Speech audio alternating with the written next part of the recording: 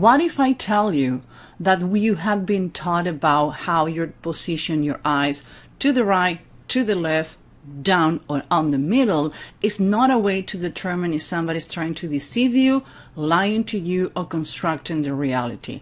This is myth number 3 that we're going to be broken today.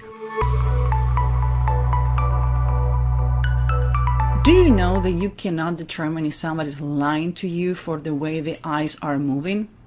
Actually, if you're right-handed, you're going to have certain eye movement, but if you're left-handed, you're going to have another eye movement. Another thing, if you're visual, you're going to tend to close your eyes to remember certain information. If you're audit, you're going to tend to lower your head because you're going to be listening to your own thoughts. The only way you can determine how people move their eyes is doing a baseline. Baseline is the common way that you interact with your hands, with your body, with your face, and your eyes too. Actually, Professor Weisman in 2011 published an article on The Independent saying that the results of the first study reveal no relationship between lying and the eye movement. On the second study showed that telling people about the claims made for neurolinguistic practitioner did not improve the lie detection skill.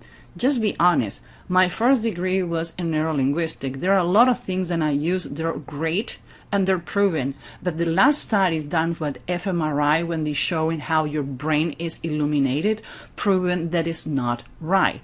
The co-author of this study was Dr. Caroline Watts from the University of Edinburgh, and she says a large percent of the public believe that certain eye movements are a sign of lying, and the idea is even taught in organizations and training courses. So I would say to try to dig a little deeper. The original article and the original studies are posted below. I don't want to start a controversy. I just want to help you to understand that some things that were taught before, they were good in that moment, but now we have science proving certain of those things are not working and they're not true. So the next time that you want to talk to someone and determine what is happening with the body and the eyes, again, baseline.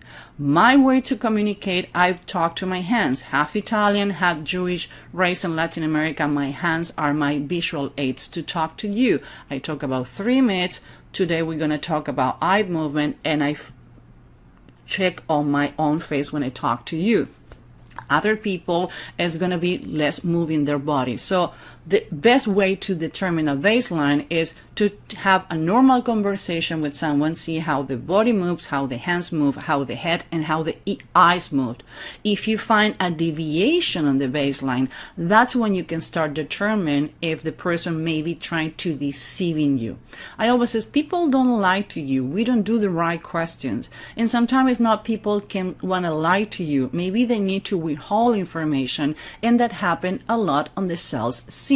Why? Because they cannot tell you the name of the competitors that you are betting against. They cannot tell you how is the budget and what is the budget. But there are other questions that are important that you determine if they're deceiving you or not.